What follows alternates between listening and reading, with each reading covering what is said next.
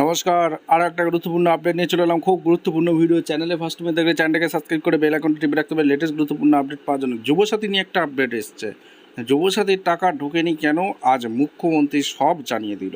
কবে টাকা ঢুকবে, টাকা পেতে এটি করতে হবে, দেরি হচ্ছে কেন, বিরাট খবর, কাদের আগে টাকা ঢুকবে, সমস্ত কিছু আজকের এই প্রতিবেদনে বিস্তারিতভাবে ব্যাখ্যা করব। চ্যানেলে ফার্স্ট টাইম দেখলে চ্যানেলটাকে সাবস্ক্রাইব করে বেল আইকনটি টিপে রাখতে হবে লেটেস্ট গুরুত্বপূর্ণ আপডেট পাওয়া। যুবসাথী স্কিম এপ্রিলও আসেনি, যুবসাথীর টাকা কারা আগে পেতে পারেন, কাদের দেরি হচ্ছে, কি জানা গেল, আজকের এই ভিডিওতে বিস্তারিত ব্যাখ্যা করব।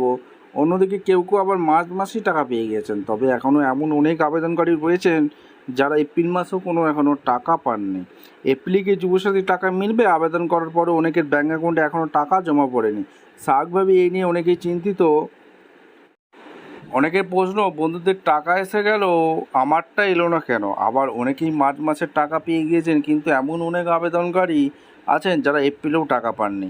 এই পরিস্থিতিতে অনেকেই জানতে চাইছেন একসঙ্গে কি 2 মাসের টাকা দেওয়া হবে, নাকি কোনো প্রক্রিয়াগত জটিলতার কারণেই দেরি হচ্ছে। প্রশাসনিক সূত্রে জানা গিয়েছে সবার টাকা একদিনে দেওয়া কিন্তু সম্ভব নয়, ধাপে ধাপে টাকা পাঠানো হচ্ছে, সেই কারণেই কারো ক্ষেত্রে দেরি হচ্ছে একটু। অন্যদিকে যারা অফলাইনে আবেদন করেছেন তাদের ক্ষেত্রে আরও কিছুটা সময় লাগছে, কারণ তাদের নথি নতুন করে সিস্টেমে আপলোড ও যাচাই করতে হচ্ছে, ফলে টাকা পাঠাতে স্বাভাবিকভাবেই দেরি হচ্ছে। ডাইরেক্ট বেনিফিট ট্রান্সফার ডিবিটির পদ্ধতির মাধ্যমে যুবসাথীর টাকা সরাসরি আবেদনকারীর আধার সংযুক্ত ব্যাঙ্ক অ্যাকাউন্টে পাঠানো হচ্ছে। এক্ষেত্রে কয়েকটি বিষয় অত্যন্ত গুরুত্বপূর্ণ। প্রথমত, ব্যাঙ্ক অ্যাকাউন্টের সঙ্গে আধার লিঙ্ক থাকা বাধ্যতামূলক। দ্বিতীয়ত, কেওয়াইসি সম্পূর্ণ থাকতে হবে। তৃতীয়টি, অ্যাকাউন্টে ডিবিটি পরিষেবা সক্রিয় করতে হবে। এই তিনটির কোনো একটিতেও সমস্যা থাকলে টাকা পেতে দেরি হচ্ছে।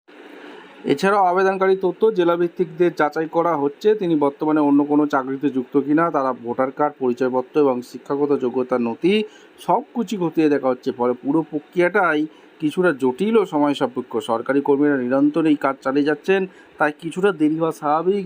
কারা কারা টাকা পেলো, কারা টাকা পাননি, মার্চ মাসে কারা পেয়েছে, এপ্রিলে কারা পেয়েছে, মার্চ এপ্রিল দুটোই কারা পেয়েছে, অবশ্যই আমাদের কমেন্ট করে জানান। দেখা হচ্ছে কোনো পরবর্তী ভিডিও। ধন্যবাদ।